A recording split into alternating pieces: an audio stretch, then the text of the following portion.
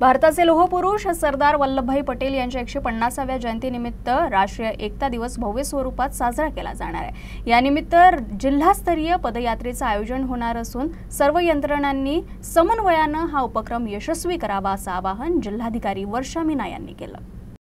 या उपक्रमाच्या पूर्वतयारीबाबत जिल्हाधिकाऱ्यांच्या दालनात बैठक झाली, त्यावेळी त्या बोलत होत्या।